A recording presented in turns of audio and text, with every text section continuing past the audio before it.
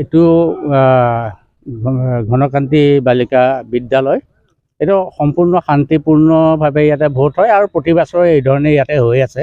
ইয়াৰ মানুহখিনি যথেষ্ট শান্তিপূৰ্ণ আৰু ভোটদানটো খুব শান্তিপূৰ্ণ হৈছে, কিন্তু পাৰ্চেণ্টেজ কিমান এইটো মই নাজানো ভালকৈ। এতিয়ালৈকে শুনা মতে 72% তেনেকুৱা ভোট ইয়াতে পৰিছে। মানুহ যথেষ্ট সচেতনভাৱে মানুহে ভোট দিছে আৰু মানুহে নিজৰ অধিকাৰ সাব্যস্ত কৰিছে। এইটো গণতান্ত্ৰিক অধিকাৰ সকলোৱে সাব্যস্ত কৰিব লাগে, সকলোৱে অধিকাৰ সাব্যস্ত কৰিছে। আগৰবাৰৰ নিচিনা যিটো উৎসাহ দেখোঁ সেই উৎসাহ নাই। মানুহৰ ভোটদানৰ ক্ষেত্ৰত যিটো উৎসাহ দৌৰা দৌৰি এই ব্যৱস্থাটো নাই, কিন্তু খুব শান্তিপূৰ্ণভাৱে সকলোৱে কিন্তু ভোট দিয়া দেখিছোঁ। ইমানেই ক'বলগীয়া আৰু কি ক'ম আৰু। মানুহৰ আশা আছে, আকাংক্ষা আছে বিভিন্ন ধৰণৰ, আৰু এইটো যিহেতু ভোট কেন্দ্ৰ আমি বিভিন্ন ধৰণৰ কথা ইয়াত ক'বও নোৱাৰোঁ।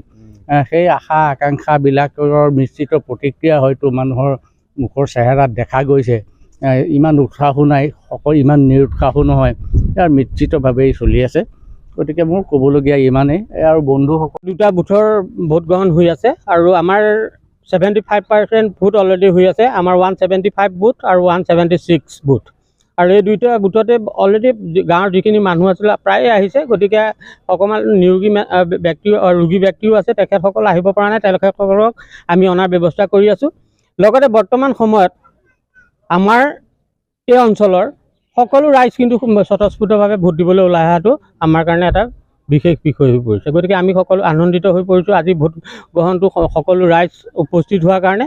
লগতে আমাৰ যিজন প্ৰাৰ্থী সেই প্ৰাৰ্থীজনকো সকলোৱে সহযোগ কৰিছে বুলি আমি ভাবোঁ। ধন্যবাদ।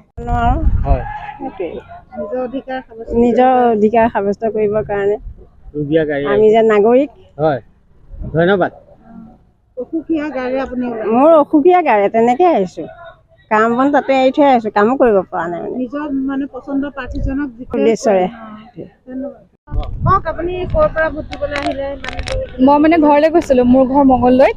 তাৰপিছত মঙলদৈৰ পৰা মই ইয়ালৈ ভোট দিবলৈ আহিছোঁ আৰু দৌৰাদৌৰিকৈ, মানে 5টা বজাৰ আগতে ৰাতিপুৱাই ওলাইছোঁ। 4 ঘণ্টা লাগিলে আৰু আহি পাওঁতে।